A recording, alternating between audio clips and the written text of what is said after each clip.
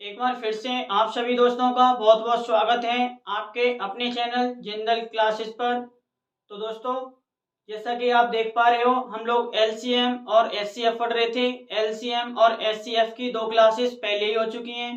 उन दोनों क्लासेस का लिंक आपको नीचे डिस्क्रिप्शन में मिल जाएगा, आप वहां से जाकर देख सकते हो। तो आज ये एलसीएम और एचसीएफ की लास्ट और फाइनल क्लास है, यानी आज ये टॉपिक कंप्लीट हो जाएगा। तो चलिए दोस्तों, फिर बिना टाइम वेस्टेज के स्टार्ट करते हैं आज की क्लास को। तो देखिए, आज की क्लास का पहला क्वेश्चन आप लोगों के सामने। तो इस क्वेश्चन में देखिए क्या दे रखा है। एक्स और वाई क्या है, दो अलजेब्रिक एक्सप्रेशन है, यानी दो समीकरण है जिनका कि एचसीएफ ए है और एलसीएम बी है। साथ के साथ क्या दिया है, ए प्लस बी किसके बराबर है, एक्स प्लस वाई के। तो आपको ए क्यू प्लस बी क्यू का मान बताना है। अब देखिए क्वेश्चन में हमें दे क्या रखा है, ए प्लस बी किसके बराबर है, एक्स प्लस वाई के। और देखिए हमें पता है एलसीएम गुणा एचसीएफ किसके बराबर होता है, पहली संख्या गुणा दूसरी संख्या, यानी एक्स गुणा वाई। अब देखिए इसमें अगर मैं दोनों तरफ क्यूब लगा दूं तो ये क्या हो जाएगा, ए प्लस बी का होल क्यूब किसके बराबर हो जाएगा, एक्स प्लस वाई के होल क्यूब के। ये देखिए क्या हो जाएगा, A cube plus B cube plus 3ab और ब्रैकेट के अंदर क्या हो जाएगा, ए प्लस बी, ये किसके बराबर हो जाएगा, x cube plus y cube plus 3xy और ब्रैकेट के अंदर एक्स प्लस वाई, ये हो जाएगा।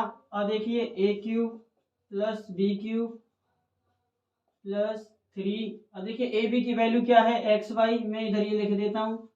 ए प्लस बी की जगह मैं क्या लिख दूंगा, एक्स प्लस वाई, ये किसके बराबर हो जाएगा, x cube plus y cube plus 3xy और ब्रैकेट के अंदर x प्लस वाई।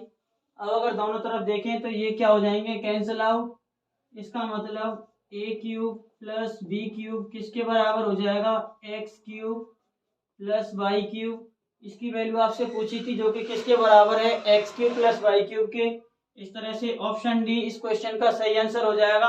तो बहुत आसानी से बिना किसी परेशानी के इस क्वेश्चन को हम लोग कर सकते हैं। चलिए तो दोस्तों फिर नेक्स्ट क्वेश्चन करते हैं। तो देखिए इस क्वेश्चन में क्या दे रखा है, दो संख्याओं का एलसीएम बड़ी संख्या का 2 गुना है और छोटी संख्या और दोनों संख्याओं के जीसीडी का अंतर 4 है। अब देखिए कुछ बच्चों को कंफ्यूजन होगी जीसीडी को लेकर। जीसीडी होता है ग्रेटेस्ट कॉमन डिवाइजर, यानी एचसीएफ को हम जीसीडी भी बोलते हैं। इसका मतलब क्या है, छोटी संख्या और दोनों संख्याओं के जो एचसीएफ का अंतर है वो क्या है, 4 है। तो आपको बताना है छोटी संख्या क्या है। तो देखिए अब मान के चलते हैं जो एचसीएफ है वो क्या है, ए है। एचसीएफ मैंने ए मान लिया। तो देखिए स्मॉलर नंबर क्या हो जाएगा, यानी छोटी संख्या क्या मान ली मैंने, ए एक्स। और लार्जर नंबर यानी बड़ी संख्या मैंने क्या मान ली, ए वाई, जहां पर क्या है, वाई क्या है, एक्स से बड़ा है। तो अब देखिए दोनों संख्याओं का एलसीएम कितना दे रखा है, 2 गुना बड़ी संख्या के, तो मतलब ये दिया है 2 गुना ए वाई। अब देखिए दो संख्याओं का एलसीएम वैसे होता क्या है, ये क्या होता है, एच सी एफ गुणा में एक्स गुणा वाई, यानी ये किसके बराबर हो जाएगा, ए एक्स वाई। ये दोनों क्या होने चाहिए, बराबर। तो मैं क्या कह सकता हूँ, 2ay किसके बराबर है, ए एक्स वाई के। यहाँ ए वाई से ए वाई कैंसिल हो गया, तो x की वैल्यू कितनी आ गई, 2। x की वैल्यू 2 आ गई। अब इसे हम एज इट इज रहने देते हैं। तो देखिए दूसरी कंडीशन क्या दे रखी है, छोटी संख्या और एचसीएफ का अंतर 4 है। छोटी संख्या देखिए क्या है, ए एक्स,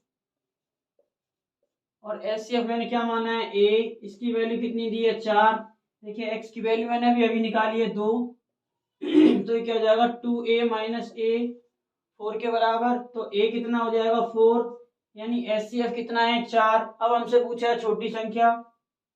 तो देखिए छोटी संख्या हमने क्या मानी थी, ये मानी थी ए एक्स, ए की वैल्यू 4, एक्स की वैल्यू कितनी, 2। तो छोटी संख्या कितनी हो गई, 4 गुणा 2 8।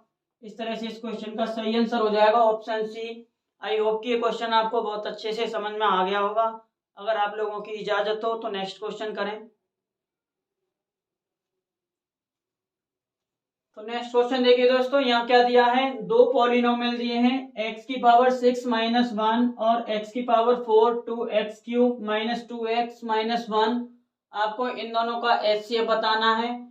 यानी ये पहला क्वेश्चन है जिसमें हम पॉलिनोमियल्स का HCF निकालना जानेंगे। तो देखिए, हम HCF निकालने के लिए इसका सबसे बेस्ट मेथड क्या है, हम x की वैल्यू रख रख के देखें, जिसपे ये 0 हो जाएगी वो क्या हो जाएगा, फैक्टर। यानी कि अगर मैं x की वैल्यू 1 रखूं तो देखिए 1 की पावर 6 1 1 माइनस 1 0, मतलब x इक्वल टू 1 क्या है, x माइनस 1 इसका फैक्टर हो जाएगा। अगर x इक्वल टू 1 पे ये 0 हो जा रही है, इसका मतलब x माइनस 1 इसका क्या है, एक फैक्टर। अब इसमें रख के देख लेते हैं, x की वैल्यू 1 1 की पावर 4 1 प्लस 2 माइनस 2 माइनस 1, तो देखिए कितना हो जाएगा, 1 प्लस 2 माइनस 1 2 से 2 कैंसिल, 1 से 1 कैंसिल आउट। यानी x माइनस 1 क्या है, दोनों का फैक्टर है। तो मैं क्या कह सकता हूँ, एट एक्स इक्वल्स टू 1 क्या है, बोथ 0। इसका मतलब क्या है, x माइनस 1 क्या है, दोनों का एक फैक्टर है। अब ऐसे ही अगर मैं x इक्वल्स टू माइनस 1 रखूं तो भी क्या है, दोनों इक्वेशन 0 हो जा रही हैं। इसका मतलब इसमें भी दोनों क्या हो जा रहे हैं, 0। इससे क्या पता चलता है, x प्लस 1 क्या है, इन दोनों का फैक्टर। तो मैं इन दोनों के HCF की बात करूं तो क्या हो जाएगा, और देखिए कोई भी वैल्यू आप रख के देखे होगे उस पर ही 0 नहीं होगा। इसका मतलब इन दोनों एक्सप्रेशन का HCF क्या हो जाएगा, x minus 1 multiply x plus 1, ये किसके बराबर हो जाएगा, एक्स स्क्वायर माइनस 1। इस तरह से इन दोनों पॉलिनोमियल्स का HCF हो जाएगा x square minus 1, option C. इसीलिए इस क्वेश्चन का हो जाएगा सही आंसर। चलिए नेक्स्ट क्वेश्चन करते हैं दोस्तों। तो देखिए इस क्वेश्चन में क्या दे रखा है, दो संख्याओं a और b के HCF और LCM का अनुपात 1:30 है और HCF और LCM का अंतर 493 है। तो आपको बताना है a और b के कितने पॉसिबल पेयर्स हैं, मतलब कितने नंबर पॉसिबल हैं a और b। तो देखिए ये क्वेश्चन कैसे होगा, यहाँ क्या दे रखा है, HCF बटे LCM कितना दे रखा है, 1/30। इसका मतलब क्या हो गया, HCF का 30 गुना किसके बराबर है, LCM के। ये पहली कंडीशन हो गई। देखिए दूसरी कंडीशन क्या दी है, LCM माइनस HCF, ये किसके बराबर है, 493 के। तो देखिए LCM की जगह में अगर देख दूं 30 गुना HCF तो ये कितना हो जाएगा, 29 गुना HCF किसके बराबर हो जाएगा, 493 के। तो देखिए यहाँ से HCF कितना निकल के आ जाएगा, 493/29, इसको डिवाइड कर लेंगे तो ये कितना आएगा, 17। यानी इन दोनों संख्याओं का HCF कितना है, 17। अब देखिए अगर मैं HCF की वैल्यू 17 रख दूं तो LCM कितना हो जाएगा, 30 गुणा 17 यानी 510। ये 510 हो जाएगा। तो मैं क्या कह सकता हूँ, LCM गुणा HCF यानी 510 गुणा 17 किसके बराबर हो जाएगा, ये पहली संख्या गुणा दूसरी संख्या। पहली संख्या हो जाएगी 17A, दूसरी संख्या हो जाएगी 17B। तो यहाँ से सॉल्व कर लेते हैं, 17 से ही 17 पे कैंसिल आउट हो जाएगा, 17 से 30। तो ए बी की वैल्यू कितनी आ गई, 30। यहाँ पे ए और बी क्या है, को प्राइम। तो देखिए कितने पॉसिबल है, 1/30 ये पॉसिबल है, दोनों को प्राइम है, कुछ भी कॉमन नहीं है। ये 2/15 ये कॉमन है। तीसरा पेयर क्या हो जाएगा, 3/10 ये भी पॉसिबल है। और चौथा क्या हो जाएगा, 5/6। इस तरह से ए और बी के कितने पेयर पॉसिबल है, 4। मतलब ये 4 मान ले सकते हैं ए और बी। इस तरह से ऑप्शन सी क्या हो जाएगा इस क्वेश्चन का सही आंसर। तो बहुत जबरदस्त था ये क्वेश्चन था।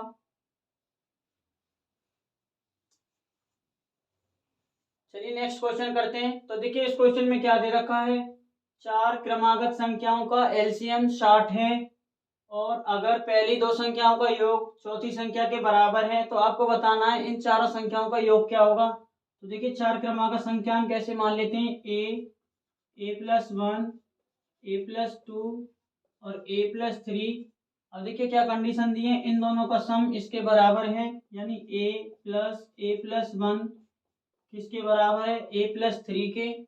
तो 2a+1 किसके बराबर हो जाएगा, a+3 के। तो यहाँ से a किसके बराबर हो जाएगा, 2 के।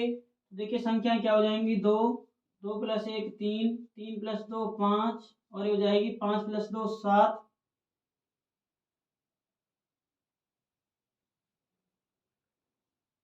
तो देखिए ए हो गया 2, दूसरी संख्या हो गई 3, तीसरी संख्या हो जाएगी 2 + 2 4, और चौथी संख्या हो जाएगी 2 + 3 5। अब चेक कर लेते हैं क्या इनका एलसीएम 60 आएगा। तो आप चेक कर लीजिए, 2 × 3 6, 6 × 5 30, और ये 4, इसमें 2 में कॉमन आ गया, 4 में 2 कॉमन आ गया, तो क्या कॉमन नहीं रहा 2, तो 2 से गुणा कर देंगे, कितना हो जाएगा 60। इसका मतलब यही संख्याएं हैं, तो इनका सम देखिए कितना हो जाएगा, 2 + 3 + 4 + 5, 2 3 5 5 5 10 4 14, तो दोनों का चारों संख्याओं का योग 14 हो गया। तो ऑप्शन बी इस क्वेश्चन का हो जाएगा सही आंसर। तो इस तरीके से बहुत आसानी से इस क्वेश्चन को आप कर सकते हो। यही है इस क्वेश्चन को करने की एकदम सही और सटीक अप्रोच। तो देखिए दोस्तों, एक बहुत जबरदस्त क्वेश्चन आप लोगों के सामने। तो देखिए क्वेश्चन में दिया क्या है, एक दुकानदार कुछ पेन खरीदता है 662 रुपये 50 पैसे में।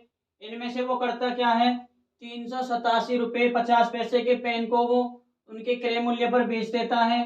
क्वेश्चन में दिया है अगर उसने शुरुआत में कम से कम पेन खरीदे हों तो आपको बताना है अभी दुकानदार के पास कितने पेन बचे हैं। देखिए इसने बोला है कम से कम पेन। अब देखिए इसके पास 662 रुपये 50 पैसे थे और इसको कम से कम पेन खरीदने हैं। इसका मतलब जो पेन का क्रय मूल्य वो क्या होना चाहिए, ज्यादा से ज्यादा। तो देखिए प्राइस में क्या कहूंगा, कॉस्ट प्राइस ऑफ पेन किसके बराबर हो जाएगा, ये एचसीएफ के बराबर हो जाएगा। किसके 662 रुपये 50 पैसे और 387 रुपये 50 पैसे। इन दोनों का जो एचसीएफ आएगा वही क्या होगा, एक पेन का कॉस्ट प्राइस। इसको ऐसे समझिए, देखिए 662 रुपये 50 पैसे थे। सपोज करते हैं इसने कैपिटल एन पेन खरीदे और एक पेन की कीमत थी कॉस्ट प्राइस सीपी। अब देखिए 387 रुपये 50 पैसे में इसने, मैं सपोज करता हूँ के पेन बेच दिए और एक पेन की कॉस्ट प्राइस क्या है सीपी, क्योंकि उसने दिया है इतने के पेन इसने कॉस्ट प्राइस पे खरीदे हैं। अब देखिए 662 रुपये 50 पैसे और 387 रुपये 50 पैसे में दोनों क्या कॉमन है, सीपी। इसका मतलब इन दोनों का जो एचसीएफ है वही क्या है, सीपी। आई थिंक अब आपको बहुत अच्छे से समझ में आ गया होगा। तो देखिए इनका हम सीपी निकाल लेते हैं। ये 662 को हमने डेसिमल हटा दिया। ये मैंने आपको बताया था डेसिमल का एचसीएफ और एलसीएम निकालते टाइम कि डेसिमल के बाद हमें उतनी डिजिट रखनी है, दोनों में समान रखनी है, और एस डेसिमल को हमें इग्नोर कर देना है, दशमलव बिंदु को हम इग्नोर कर दे रहे हैं। तो जाएगा 387 और ये 5 बन गया 3875। अब देखिए 5 से डिवाइड हो जाएगा,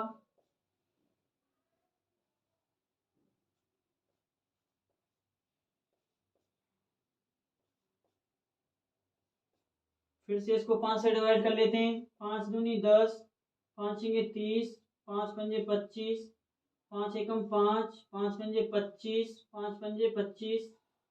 अब देखिए फिर इसको 5 से डिवाइड करें तो 5 × 5 25, 5 तिया 15, 5 तिया 15, 5 एकम 5। अब इनमें कुछ भी कॉमन नहीं है, तो देखिए इनका एचसीएफ कितना आ गया, 5 × 5 × 5 यानी कितना आ गया 125। यही किसके बराबर है, कॉस्ट प्राइस के।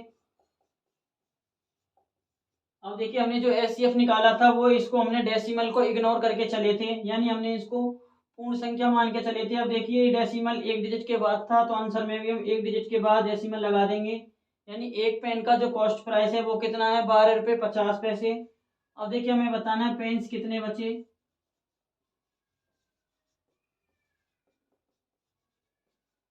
अब उस दुकानदार के पास कितने पेन बच गए ये हम कैसे बता सकते हैं। देखिए 662 रुपये 50 पैसे के उसने पेन खरीदे थे।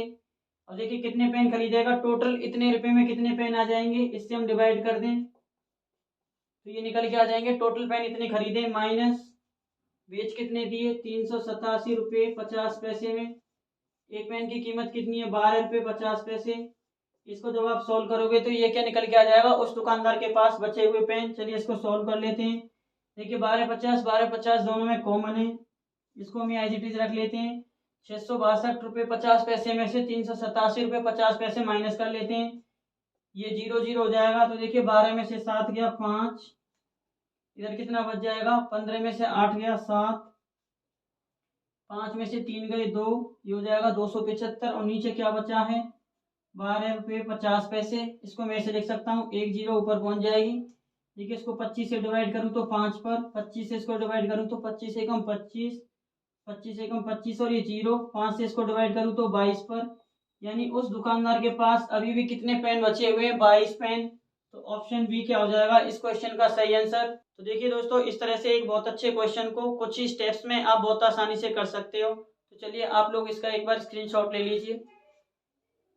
नेक्स्ट देखिए दोस्तों, इस टाइप का हमने एक भी क्वेश्चन नहीं किया है। तो देखिए इस क्वेश्चन में दिया क्या है, आपको बताना है वो बड़ी से बड़ी संख्या जिससे कि जब 62, 132 और 237 को भाग किया जाए तो हर बार एक ही शेषफल आए, मतलब तीनों संख्याओं को उस नंबर से भाग करने पर शेषफल क्या रहे, समान, ये आपको बताना है। तो देखिए इस टाइप के क्वेश्चन को करने की सही अप्रोच क्या है। तो देखिए सबसे पहले हम ये नंबर लिख लेंगे। अब देखिए हम क्या करेंगे, पहली और दूसरी संख्या का डिफरेंस निकालेंगे। तो देखिए कितना हो जाएगा 70। अब हम निकालेंगे दूसरी और तीसरी संख्या का डिफरेंस, ये कितना हो जाएगा 7 में से 2 गए 5, 3 में से 3 गया 0 और 2 में से 1 गया 1, 105। अब देखिए हम क्या करेंगे, पहली और तीसरी संख्या का अंतर निकालेंगे। तो देखिए ये कितना निकल के आ जाएगा, 7 में से 2 गया 5, 13 में से 6 गया 7 और 1 एज इट इज आ जाएगा। तो देखिए डिफरेंस आ गए 70, 105 और 175। तो देखिए जो रिक्वायर्ड नंबर है, जो संख्या हमें चाहिए वो क्या होगी, HCF किस किस का, 70 का, 105 का और 175 का। चलिए इनका HCF निकाल लेते हैं। देखिए 70 को मैं कैसे लिख सकता हूँ, 2 गुणा 35। 105 को कैसे लिख सकता हूँ, 3 गुणा 35। और देखिए 175 को मैं कैसे लिख सकता हूँ, 5 गुणा 35। तो देखिए इन तीनों संख्याओं में क्या कॉमन आ रहा है, 35, मतलब 35 से ही तीनों संख्याएं भाग हो जाएंगी। तो इन तीनों संख्याओं का HCF कितना आ गया, 35। और यही है हमारे इस क्वेश्चन का रिक्वायर्ड आंसर। तो इसका आंसर क्या हो जाएगा 35, मतलब 35 ऐसी संख्या है जिससे कि इन तीनों संख्याओं को भाग किया जाए तो हर बार शेषफल समान रहेगा। चलिए दोस्तों, आज की क्लास को विराम देंगे इस बहुत खूबसूरत से क्वेश्चन के साथ। तो देखिए क्वेश्चन में क्या दिया है, एक बगीचे के अंदर 75 आम के पेड़, 90 नींबू के पेड़ और 120 संतरे के पेड़ हैं। अगर ये दिया है कि हर पंक्ति में पेड़ों की संख्या बराबर है, यानी ये जो पेड़ हैं किस में लगे हुए हैं, पंक्ति में, कतारों में, हर पंक्ति में पेड़ों की संख्या बराबर है, तो आपको बताना है minimum number of rose of trees, मतलब उस बाग के अंदर पेड़ों की कितनी पंक्तियां हैं, ये आपको बताना है। और ये बताना है आपको कम से कम कितनी होनी चाहिए। अब देखिए कम से कम पंक्ति बने इसके लिए हम क्या करेंगे, एक पंक्ति में ज्यादा से ज्यादा पेड़ होने चाहिए। तो देखिए ज्यादा से ज्यादा के लिए हम क्या निकालते हैं, HCF। तो मैं क्या कह सकता हूँ, number of trees in each row, मतलब हर पंक्ति में पेड़ों की संख्या ज्यादा से ज्यादा हो तो वो क्या हो जाएगी, इन तीनों संख्याओं का HCF किस किस का, 75, 90 और 120 का। तो देखिए इनका HCF कैसे निकलेंगे, 75 को हम कैसे लिख सकते हैं, 3 गुणा 5 गुणा 5 ऐसे लिख सकते हैं, 3 गुणा 5 15, 15 गुणा 5 75। तो देखिए 90 को कैसे लिख सकते हैं, 6 गुणा 15। ऐसे 120 को हम कैसे लिख सकते हैं, 8 गुणा 15। तो देखिए इधर 15 इधर 15 और ये 5 गुणा 3 15।